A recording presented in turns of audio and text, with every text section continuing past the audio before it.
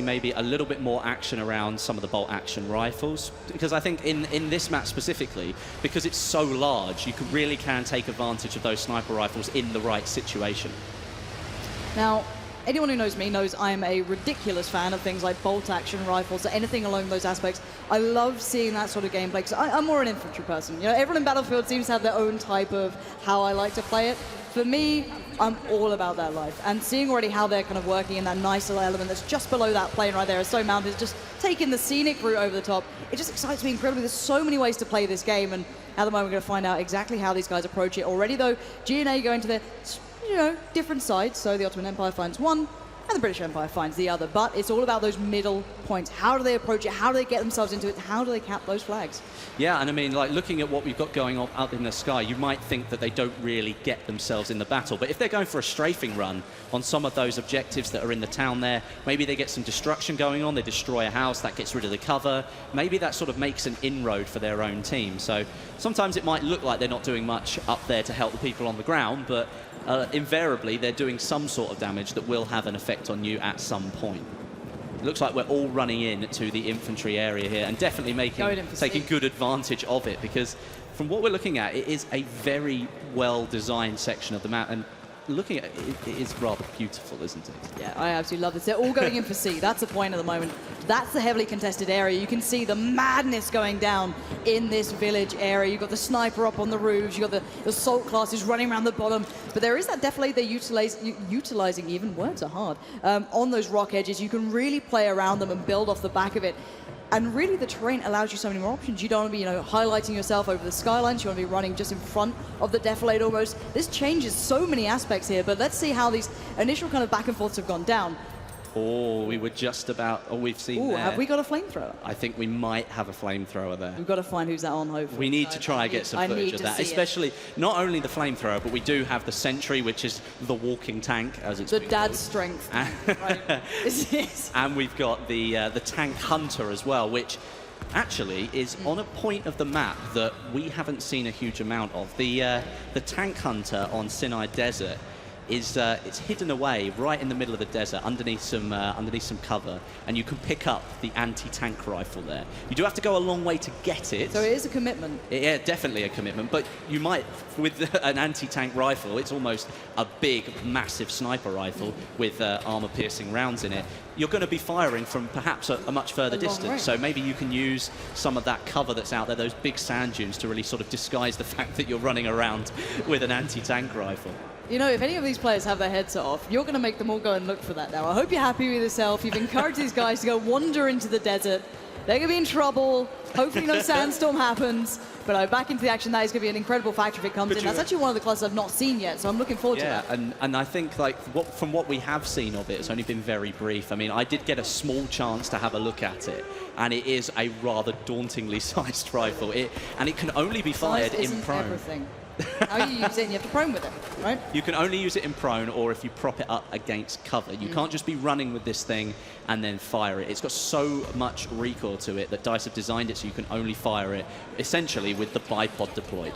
And that's the thing that most people want to see, is how do they kind of balance into this game? How do they work around that? And oh my word, that horse was ambitious trying to take on a tank. Surely that's not going to go well, and it didn't in the end. The tank's still rolling. He's still happy chugging along. I don't think he even realized what happened then. No, I mean, in many respects, like the horse is what it maybe tried to do there. It was something that I was talking to one of the developers about, is that the horses have like I don't like calling it feelings because it's a video game, but horses do have certain tendencies, and they are in the middle of a war, and they are sort of maybe a little bit jumpy, and they can actually sort of jump over cover if you approach it.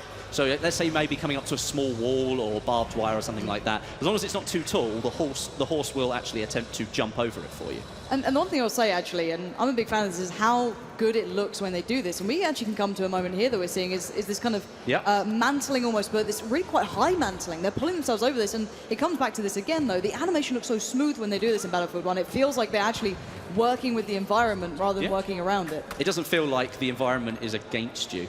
which is maybe something that a lot of people thought some of the older titles, where you walk up to a wall that's taller than you and you think, oh, I can get over that.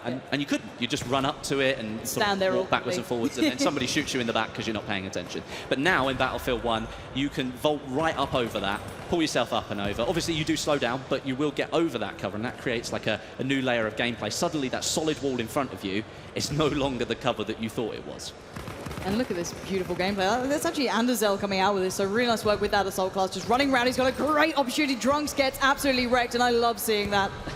Nice try, Drunks. I see why you're not in Fnatic anymore. Yeah, he is the ex-professional. He's no longer a professional. That's actually quite harsh.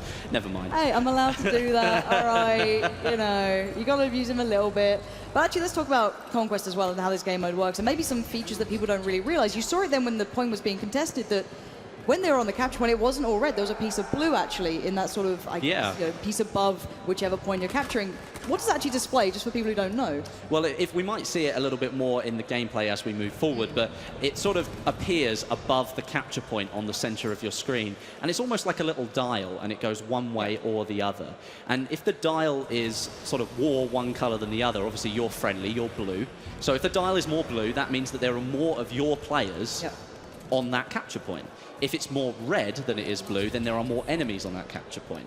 So as you can see here, we're on the antenna point, and you can see there was a lot more red on that line than there was blue, which means he's not going to take that capture point on his own, and he will simply have to fight off the people that are on it before he can start to take it. And he's looking for high ground, it seems. I don't think he's got what he wanted here, so he's going to have to take the man-to-man fight, which may not be ideal at this point. He's already got a bit of a challenge coming from the other side. Going to try and find another route. This is the environment we're talking about. You're not locked into one approach. You find your own way through these maps, and he's going to take himself as best he can around this map and find a better way to approach it again. Still not in the perfect position for this sort of weaponry. He's got that scope on top. It doesn't really work in these close range elements, and you're going to find out exactly what. A complete takedown there with the horse, trampled to death, just completely trampled to death by Game Riot. So let's check in on the tickets as well here, because so far we're seeing 74 to 60, a fairly even game. 7 minutes, excuse me, not 70, 7 minutes left overall. That'll be a little bit longer.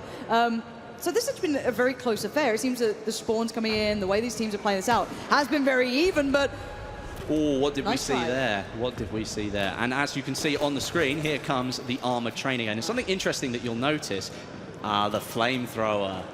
We can see it for the first time. As you can see on the screen, you'll notice that it's a little bit darker than perhaps a normal person's view. That's because the Flame Trooper, the elite class, has a permanent gas mask on.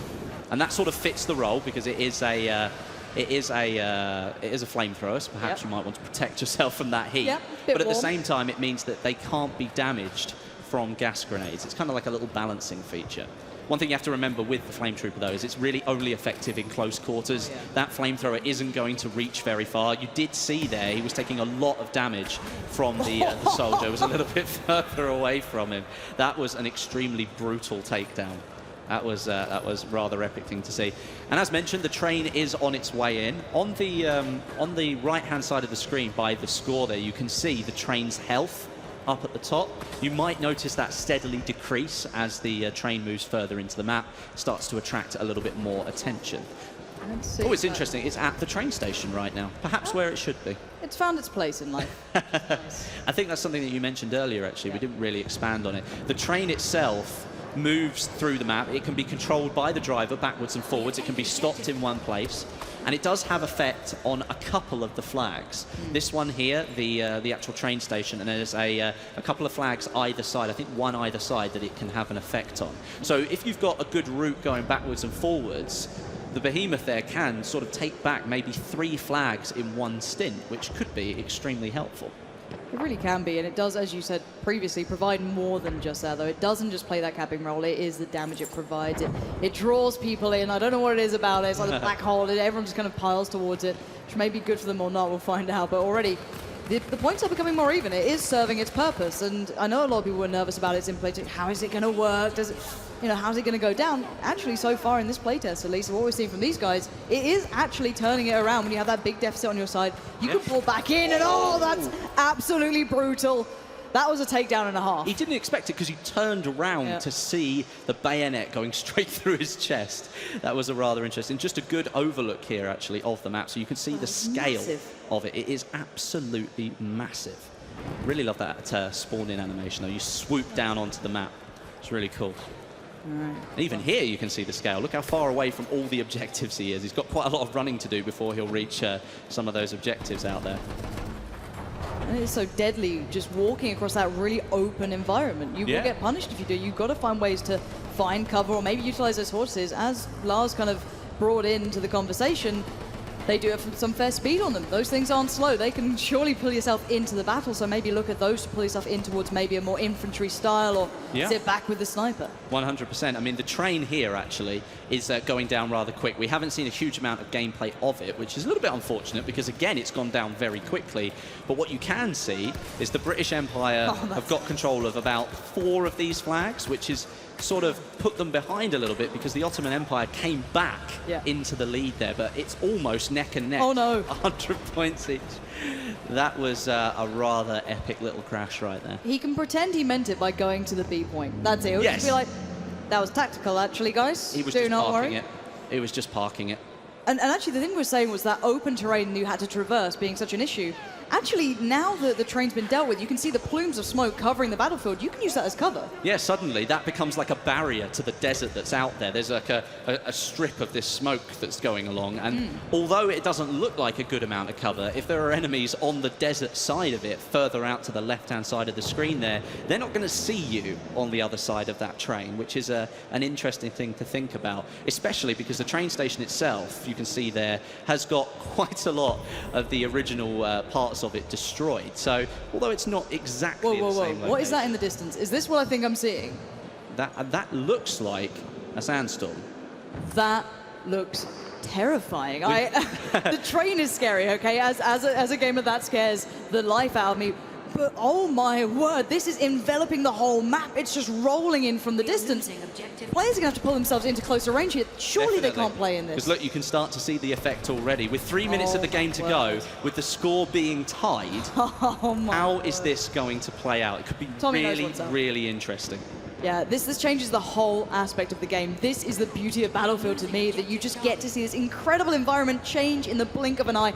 Now, speaking of blink of an eye, you're going to be blinking for a while. You can barely see in front of your own hand. That's incredible. This is going to be much better to be playing in this close range. You might have to switch away from those snipers, play towards more the assault or something else, because that is impossible almost to see, and the spam's coming out. All right, the memes is, thank you for the memes. But you can see the effect it's having. Definitely. I mean, one thing that the Sandstorm does do is, as you said, it brings the gameplay in a little bit. But in this infantry-only area, it's put sort of like a grayscale over certain parts of it. But you'll see it's still very much visible. So perhaps we'll see a lot more gameplay in this infantry section simply because the Sandstorm was rolled in. And you know that going out into the desert at the moment, not being able to see 20 feet in front of you is probably a very bad idea. It's not what you want to be doing. And looking at how the teams are currently positioned, the British Empire is actually kind of stuck out towards the desert side, whereas on the other side of things, the Ottoman Empire has a little bit of control, or at least trying to contest the control towards the more infantry. Oh, that was a 6.5 Stody coming in with the goods. Now, he's actually the captain of one of these two teams. He is. He is the captain, and he is one of the best battlefield snipers out there. You'll probably see a few more shots from him pulled off all over the place. But actually, looking at the score, the Sandstorm is still there. The score is tied pretty much at 128 each, 127, 128, with only a minute to go. So this literally could come down to the wire. This is Battlefield to me. These sort of battles, when it gets hectic, when it gets absolutely mad in these sort of aspects, now that Sandstorm's starting to dissipate a little. You might start being able to see a touch more here, but still, vision blur, trying to find their way through. 55 seconds left, 131 tickets towards the Ottoman Empire against 131 on the other side. This is neck and neck. And look at this, it's 3 caps to 2 at the moment. Actually, no, it's 2-2. This is literally going down to the wire here. It is going right down to the wire. You can see the Ottoman Empire does technically have a little bit more control. Oh no, it's lost it. Won. Objective C is now moving over to the British Empire. And we could now see with the Ottoman Empire, it's still neck and neck with 30 seconds to go. But at the moment, we're seeing them all stuck on that sea capture point. They brought it back. Now they've got 3 under wraps here for the British Empire, so they're going to start pulling ahead just a touch. 2 are being contested for the Ottoman Empire, so they might fall behind a little bit, but still it's up in the air. The contest is going on. 15 seconds remain. It's back to 137 apiece. I can't call it either way here. This is literally going to go down to the wire because you'll see C is now being taken back. Oh, my word. By the Ottoman Empire. What is going to happen? 3, 2, 1. That's it. That can't... It came as a draw!